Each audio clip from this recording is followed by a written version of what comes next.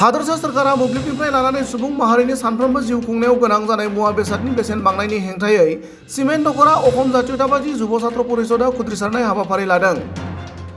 अखम जातीयताबादी जुब छात्र परिषद सिमेन्ट दख'रानि दैदेनगिरि सोद्रोमाफोरा राजा लामायाव मोब्लिब बिफान मन्त्रि नन्दिता गारलासानि मुसुखा सावनानै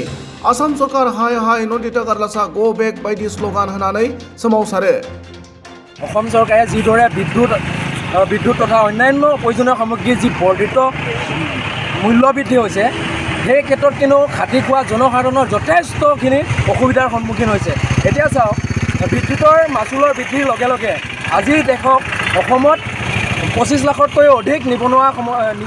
ব্যক্তিসকল আছে, যিসকলৰ যথেষ্ট সংখ্যক লোকে ই ৰিক্সা জাতীয় বাহন তথা ধান কটোৱা মেচিনেই হওক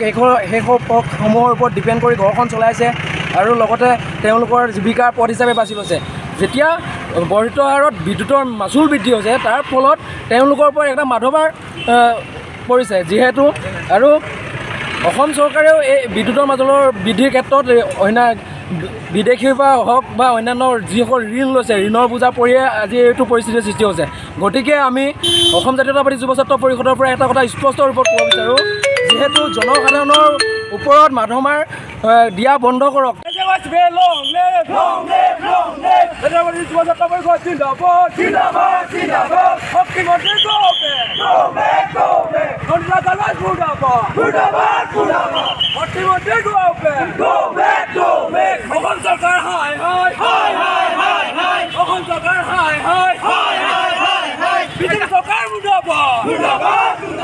বিজেপি চৰকাৰ মুৰ্দাবাদ, অসম চৰকাৰ কাম নাই, তলব কৰক, বিদ্যুৎ মাচুল কৰক,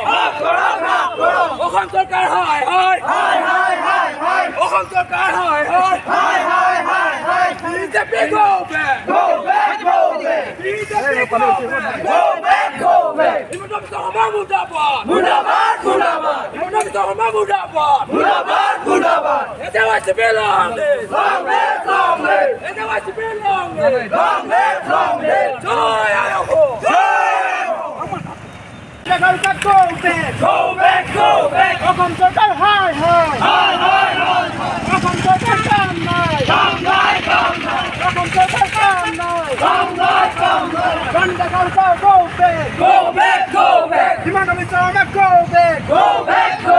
হিমন্ত বিশ্ব শৰ্মা গো বেক।